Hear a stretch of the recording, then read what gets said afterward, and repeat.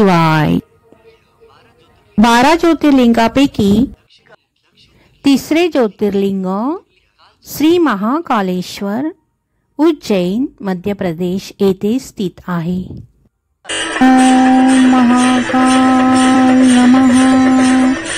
ओम महाकाल नमः. ओम महाकाल नमः. ओम महाकाल नमः. ओम महाकाल नमः.